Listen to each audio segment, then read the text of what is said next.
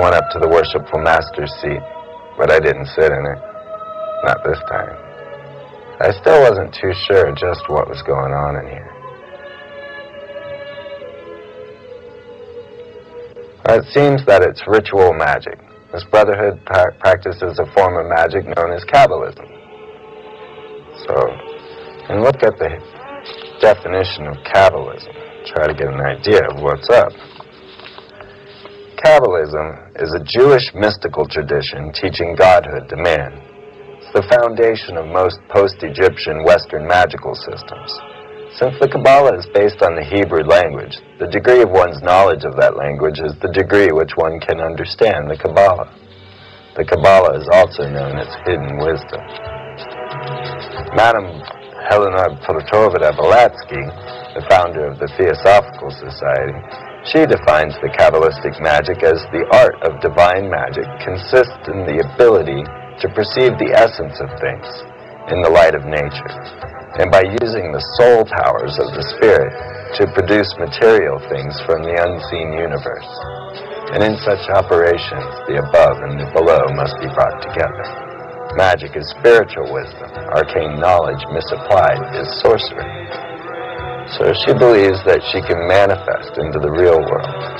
Now, Aleister Crowley, certainly the most infamous magician out there, known as the Antichrist and the Beast, says simply that magic is the science and art of causing change to occur with conformity of the will. Magic was the highest knowledge of natural philosophy, and the magician differed from the witch in this, that while the latter was an ignorant instrument in the hands of the demons, the former had become their master. So, using demons to create reality in the real world. Aleister Crowley was contacted by an extraterrestrial. His name was Owas, and he channeled a book to Aleister Crowley known as the Book of the Law. This very book is housed here in Austin at the Harry Ransom Center. Hello everyone, welcome to Global Government News. Today is Monday, February 6, 2012, and I'm Darko. My website is ggnonline.com, and on YouTube it's ddarko2012. So, I'm going to cover the Super Bowl, and I'm going to possibly go in depth into a little bit more into what you saw as far as the sorcery or the magic or the ritual that was being carried out in front of millions of people, as I predicted.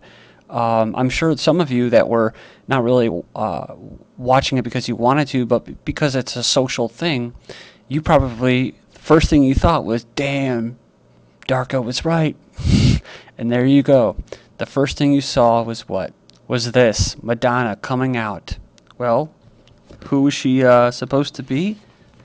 Well, it all comes back to what? Samaria. That's where it goes to. And someone called Naram Sin, or the God King, who wore the horns. And before I go through some of the things that I saw, the interesting things, I figured I'd just get some background on some of these individuals. You have Madonna, of course, the one that was going to be hosting this ritual. There was a lot of build-up for it, right? A lot of build-up before this even happened. And you have stuff like this: Madonna overcomes hamstring and nose injuries just in time for Super Bowl performance.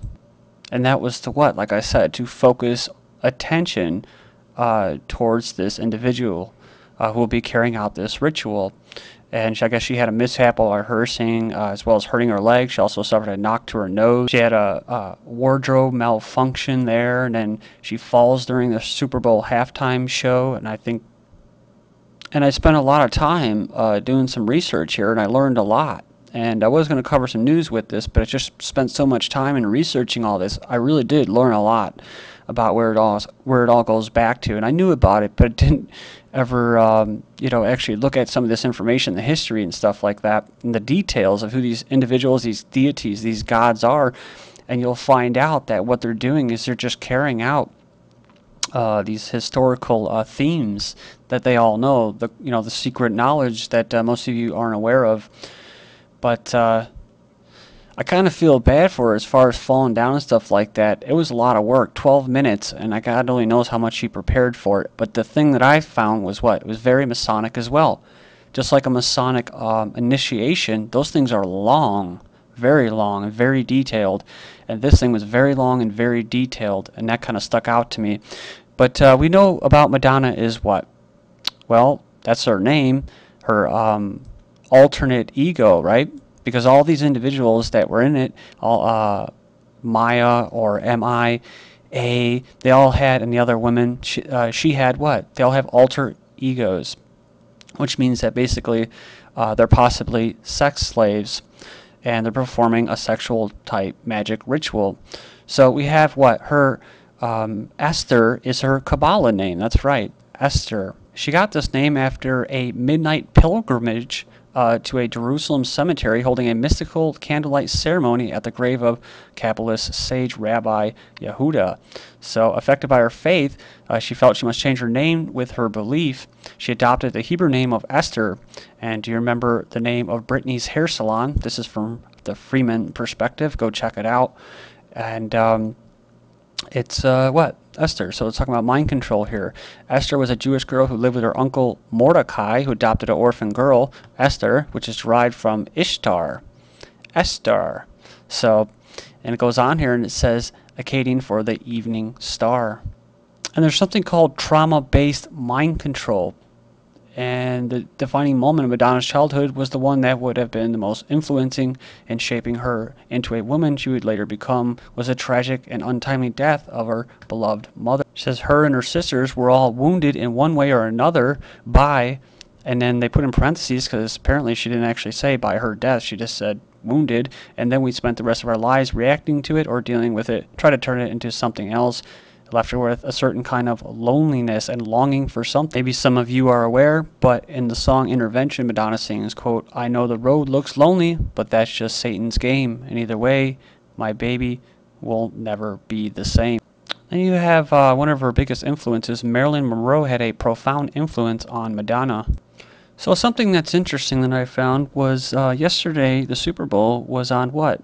February 5th, 2012, 2/5/2012. When you add those numbers up, you get 3. 2 plus 5 is 7, 7 plus 2 is 9, 9 plus 1 is 10. Get rid of the 0 because it's empty value. You're left with 1, plus 2 is 3. So you had 3 of these individuals involved in this ritual. This, of course, is similar to what? To this little ritual right here. You had Christina Aguilar and Britney Spears, where she dressed in a worshipful master's top hat, raised the 2 musketeers, Britney and Christina, to their new level within the order with the lesbian wedding sealed with a kiss. I know everybody's talking about M.I.A. or M.I.A., but that was just a small part of it. That's what drew the attention in that. And they said, oh, Madonna was a good girl. She was a great girl. She acted well.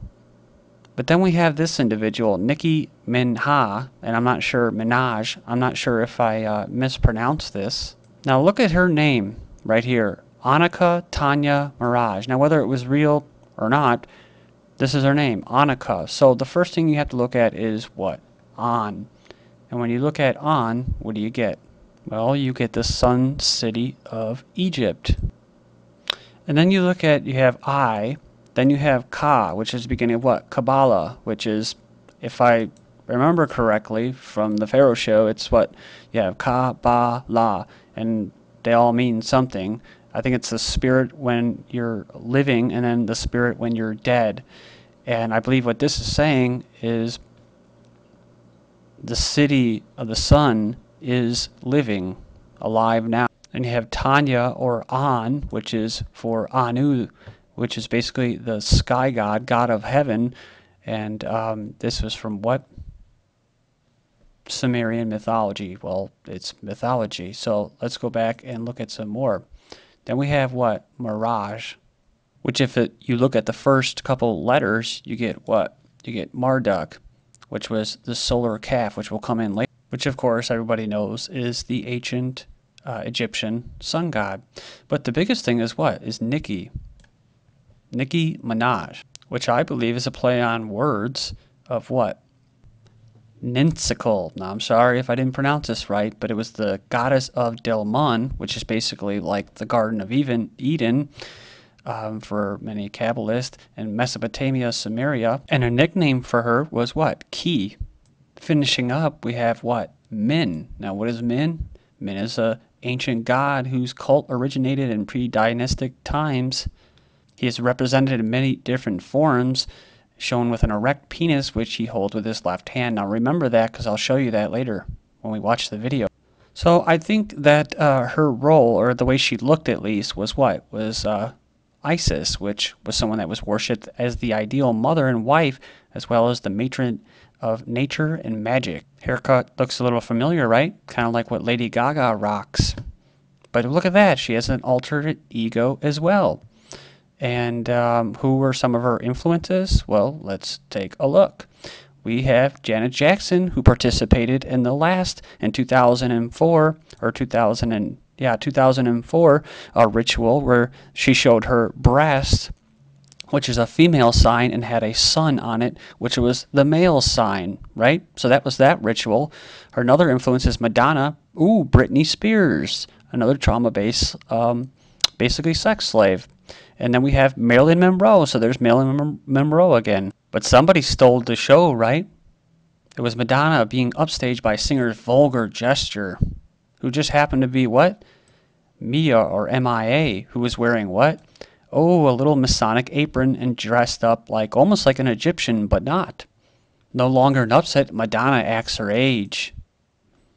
So M.I.A flips the bird people, and that will come into play in the second video as well, which that's the character that she plays, a bird slayer. And water gods as well. So what do you get? You'll get a little dragon type bird. Many people in the comment boards I was reading were saying, who is this person?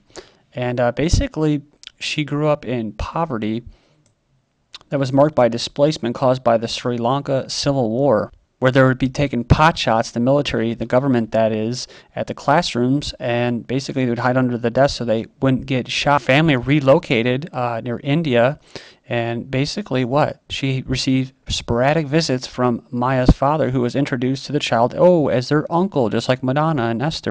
So an interesting association with the founders of Twitter. M.I.A is kind of the fighter, the rebellious one, and she takes that role. And then you have Nicki Minaj taking on kind of the, is she gay, is she cross-dresser role, whereas Madonna acts her age now.